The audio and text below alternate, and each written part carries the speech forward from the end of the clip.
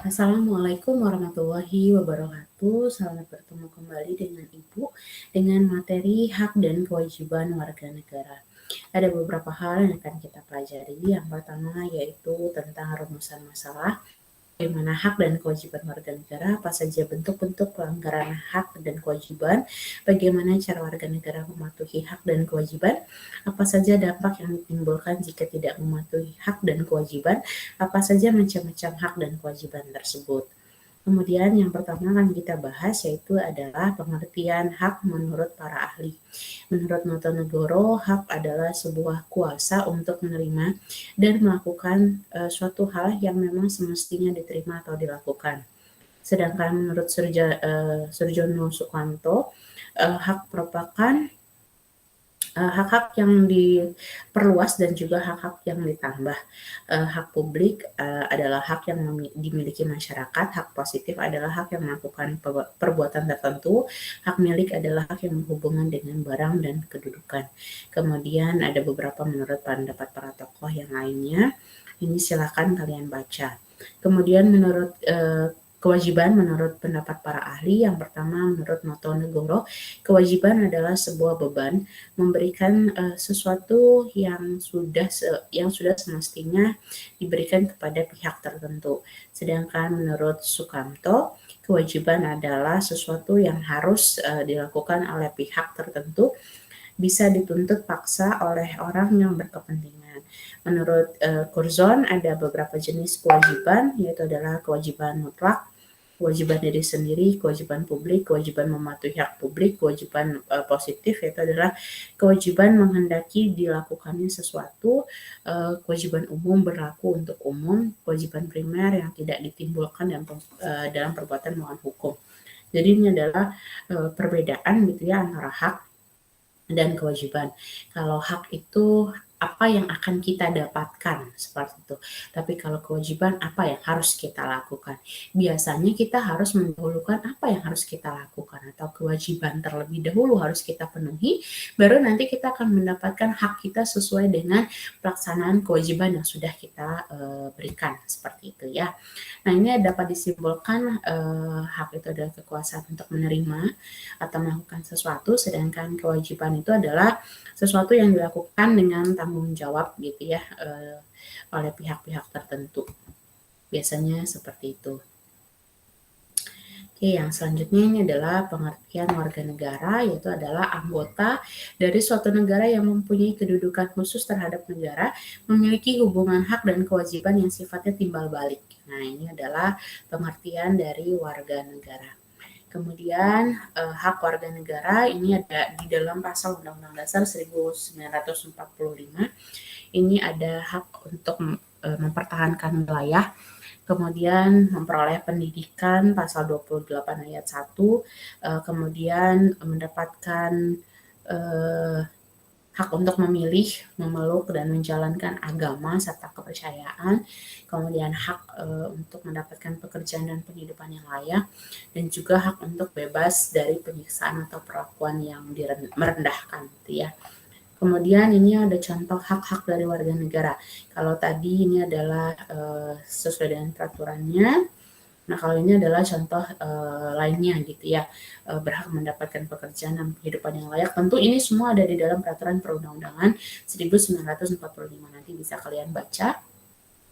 Berhak untuk hidup serta mempertahankan kehidupan, berhak untuk berkeluarga gitu ya, sampai bahkan hidup merdeka. Kemudian ini adalah kewajiban ini juga diatur dalam peraturan perundang-undangan negara Republik Indonesia, yaitu adalah wajib menaati hukum dan pemerintahan, wajib ikut serta dalam upaya pembelaan negara, wajib menghormati HAM, kemudian wajib tunduk kepada pembatasan yang ditetapkan oleh undang-undang, serta wajib ikut serta dalam usaha mempertahankan dan keamanan negara Indonesia. Kemudian ini kewajiban yang lainnya gitu, tentu ini juga ada di dalam peraturan perundang-undangan 1945. Yang selanjutnya yaitu adalah bentuk dari pelanggaran HAM. Bentuk dari pelanggaran hak-hak dan kewajiban warga negara. Pertama itu adalah penangkapan dan penahanan seseorang demi menjaga stabilitas tanpa berlandaskan hukum. Sering kita tilang tapi nggak ada surat tilangnya gitu ya. Ini ada salah satu contoh kecil. Penggunaan budaya kekerasan. Kalau lagi demonstrasi kalian suka melakukan anarkis gitu. Pembungkaman kebebasan pers.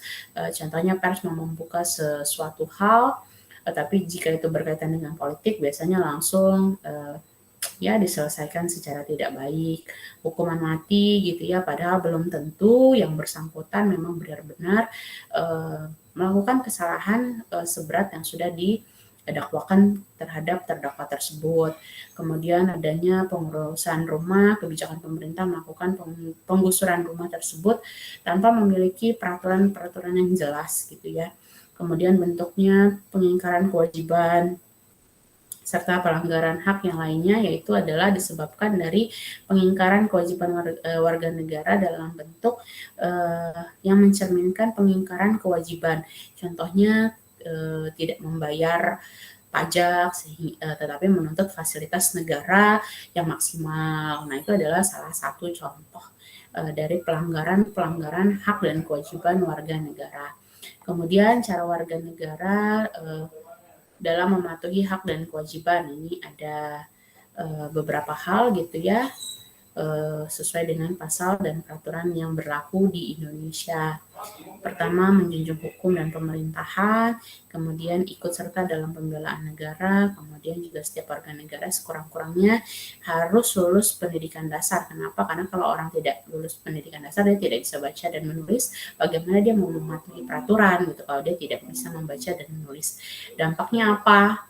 Apabila kita tidak mematuhi hak dan kewajiban, ini meningkatnya pelanggaran hukum, meningkatnya keresahan masyarakat sehingga tidak adanya kenyamanan, keamanan, dan kesejahteraan. Segala sesuatu, sebagian besar kualitas hidup negara tersebut akan menurun.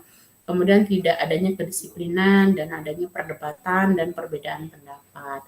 Kemudian yang berikutnya ini adalah macam-macam hak dan kewajiban yang tadi sudah saya bacakan berdasarkan peraturan pemerintah. Mungkin ini secara detail, hak positif, hak negatif, silakan kalian baca di rumah gitu ya.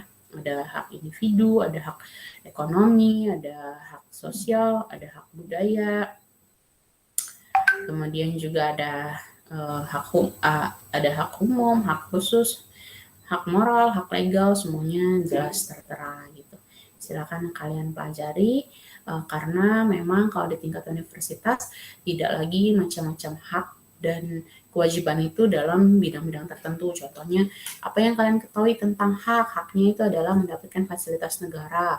Sedangkan kewajibannya apa? Bayar pajak. Oh, ternyata banyak loh gitu yang bisa kalian baca dan pelajari tentang macam-macam hak dan kewajiban yang ada di Indonesia ketika kalian masuk di dalam perguruan tinggi gitu ya. Nah, kemudian ini adalah kewajiban-kewajiban warga negara, ada yang primer, publik, ada yang mutlak, positif, negatif, juga ada kewajiban secara umum dan khusus. Selanjutnya nanti silakan kalian baca di dalam materi dalam bentuk PPT yang sudah Ibu berikan. Kemudian juga kalian silakan melanjutkan mengerjakan tugas sesuai dengan arahan yang sudah saya berikan di LMS. Ingat mengumpulkan tugas tepat pada waktunya, mengerjakan tugas secara kreatif mungkin, dan juga kalian harus mampu melakukan kedisiplinan gitu ya, baik secara absensi maupun pengumpulan tugas secara tepat pada waktu. Baik, demikianlah materi hari ini.